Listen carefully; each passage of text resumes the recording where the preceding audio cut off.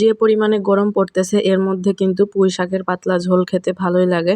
তো আজকে দুপুরে রান্না করলাম মাছ দিয়ে পুঁই শাকের ঝোল আর হচ্ছে ডালের ভর্তা, মসুর ডালের ভর্তা। তো পুরো ভিডিও দেখতে থাকুন, আশা করি ভালো লাগবে। হ্যালো এভরিওয়ান, আসসালামু আলাইকুম।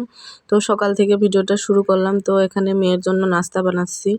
আমার মেয়ে হচ্ছে জেলি দিয়ে পাউরুটি খুবই পছন্দ করে, আর এই তো সাথে কলা ছিল। তো এই তো এদিকে আমার ছেলেও জেলি দিয়ে পাউরুটি পানির মধ্যে ভিজায় ভিজায় খাচ্ছে, ও আবার একটু অন্যরকম। তো মেয়ের জন্য এখানে জেলি পাউরুটি বানিয়ে দিলাম। তো মেয়ে খেয়ে তারপরে পরীক্ষা দিতে চলে গেছে। তো এটা 10টা মানে 10:30টার দিকে আর কি। তো আমার ছেলে চা খাবে, তো আমি আমার ছেলের জন্য আর আমার জন্য চা বানাচ্ছিলাম। তো তখন আমার মেয়ে চলে আসছে পরীক্ষা দিয়ে।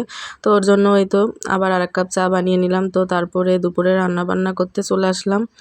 তো আজকে রান্না করব হচ্ছে পুঁই শাক দিয়ে মাছের ঝোল। তো এখানে এই পুঁই শাকগুলো কিন্তু বাড়ি থেকে নিয়ে আসছিল, আমার ননদ আসছিল তখন।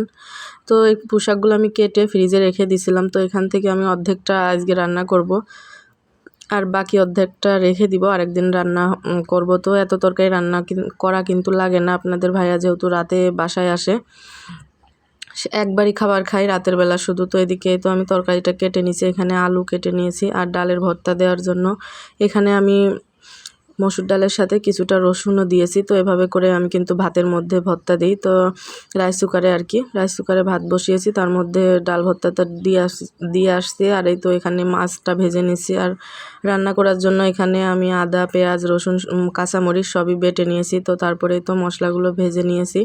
আর কারেন্ট নাই, কিন্তু যখন রান্না করি তখন কারেন্ট চলে গেছিলো। তো তারপরে মশলাটা ভেজে কষিয়ে নিয়ে এবার আমি পুঁই শাক আর আলু দিয়ে দিলাম। তো মশলার মধ্যে এভাবে করে আমি কষিয়ে নিব, কষিয়ে নিয়ে তারপরে হচ্ছে সেদ্ধ হওয়ার জন্য পানি দিব। তো অনেকক্ষণ ধরে আমি একটু মশলার সাথে কষিয়ে নিব। আর পুঁই শাকের তরকারি কিন্তু আমি খুবই পছন্দ করি।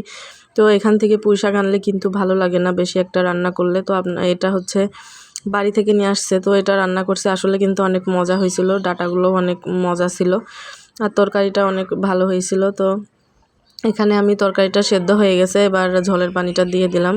তো এই তো একটু ঝোলটা বেশি করেই দিব, এই গরমের মধ্যে কিন্তু এরকম পাতলা ঝোল খেতে ভালোই লাগে। তো এবার হচ্ছে মাছগুলো দিয়ে দিলাম। তো আমার মেয়ে হচ্ছে ভাজা মাছ খেতে পছন্দ করে, তরকারিতে মাছ দিলে কিন্তু খেতে চায় না। তো ওদের জন্য আমি আলাদা করে মাছ রেখে দিই। তো এই তো এদিকে হচ্ছে আমি নামানোর আগে একটু জিরার গুঁড়া দিয়ে দিলাম। তো এই তো এদিকে রান্নাটা কিন্তু শেষ, জিরার গুঁড়া দিয়ে আমি নামিয়ে নিব।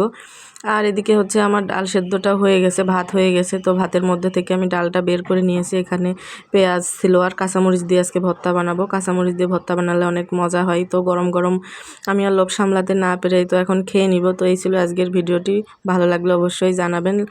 তো সবাই ভালো থাকবেন, আল্লাহ হাফেজ।